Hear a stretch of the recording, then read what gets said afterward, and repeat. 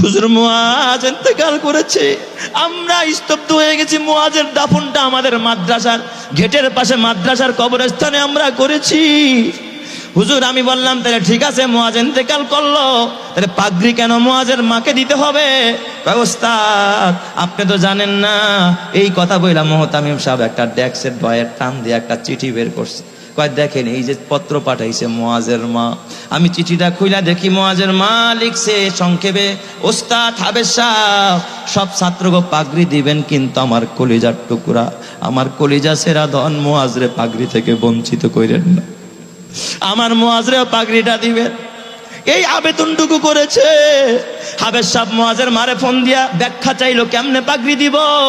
মুআজের মা ফোনের মাধ্যমে জানায়, ওস্তাদ এই দুনিয়া আমার মা নাই বাবা নাই, চাইছিলাম আমার মুআজ আমারে দাফন করবে, আমার সন্তান আমারে জানাজা পড়ে আমারে কবরে রাখবে, কিন্তু আমার মুআজ যে আমার আগে চলে যাবে আমি মা ভাবতে পারি না।